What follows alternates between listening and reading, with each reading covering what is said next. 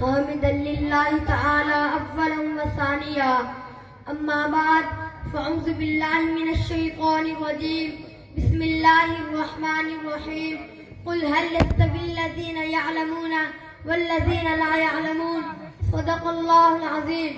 میں ظلم کے چہروں کو آخر ایک دن نوچ ڈالوں گا. میں ظلم کے چہروں کو آخر ایک دن نوچ ڈالوں گا. میرے ہاتھوں میں جگنو ہے, اندھیرا کچھ نہیں کہتا. تم خود بخود بیتاب رہتا ہے سلامی کو. تم خود بخود بیتاب رہتا ہے سلامی کو. اگر تیراک اچھا ہو تو دریا کچھ نہیں کہتا. قابل صدر تکریم علماء کرام, اساتذہ کرام اور معزز سامعین, السلام علیکم ورحمۃ اللہ وبرکاتہ. آج میں آپ حضرات کے سامنے مدرسہ علی المرتضیٰ کی چٹائیوں پر اپنے اساتذہ سے پڑھے ہوئے اسباق میں سے کچھ سنانے کا شرف حاصل کر رہا ہوں.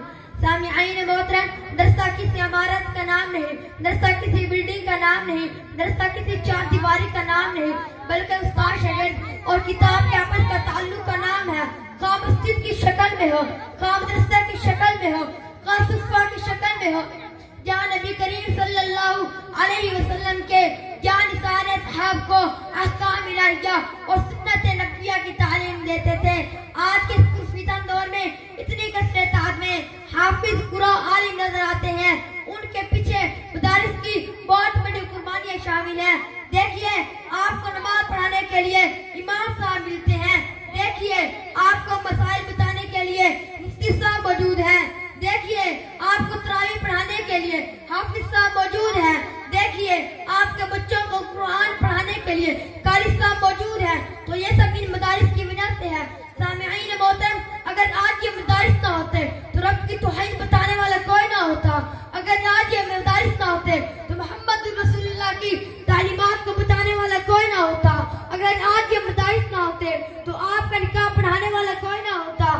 اگر آج یہ مدارس نہ ہوتے تو آپ کا کوئی جنازہ پڑھانے والا نہ ملتا. اگر آج یہ مدارس نہ ہوتے تو حقوق والدین بتانے والا کوئی نہ ہوتا. اگر آج یہ مدارس نہ ہوتے تو حقوق زوجین بتانے والا کوئی نہ ہوتا. اگر آج یہ مدارس نہ ہوتے تو دنیا کے کونے کونے تک اسلام کی کانت کا ڈنکا نہ بجتا. اگر آج یہ مدارس نہ ہوتے تو خانقاہ میں اللہ اللہ کرنے والا کوئی نہ ہوتا.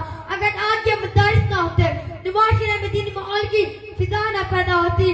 شاعر کہتا ہے, جہاں آپ جب تک تعلیم نہ ہوگی, جہاں آپ جب تک تعلیم نہ ہوگی, یوں ہی لوگ گردش میں بہتے رہیں گے. یہ سابن کے بلبلے نہ جانے کب تک, یہ سابن کے بلبلے نہ جانے کب تک ہوا کے جھکونوں کو سہتے رہیں گے. سامعین محترم, میں آپ سب حضرات کے یہ گزارش ہاتھ جوڑ کے کرتا ہوں کہ ان مدارس کی قدر کریں, ان دینی مدارس والوں کے مقام کو سمجھیں, ان دینی مدارس والوں کو حقارت کی نظر سے نہ دیکھیں, ان دینی مدارس والوں کو ہمدرد اور خیر خواہ سمجھیں, ان دینی مدارس والوں کی حوصلہ افزائی کریں. اور آخر میں بس اتنا ہی کہوں گا, دشمنی صحیح لیکن ذیشان بنا دیں گے. دشمنی صحیح لیکن ذیشان بنا دیں گے. نفرت کو محبت کا عنوان بنا دیں گے. کچھ روز گزار مدارس میں اپنے, کچھ روز گزار مدارس میں اپنے, جہی مدارس تجھ کو بھی انسان بنا دیں گے. وآخر دعوانا ان الحمدللہ رب العالمین.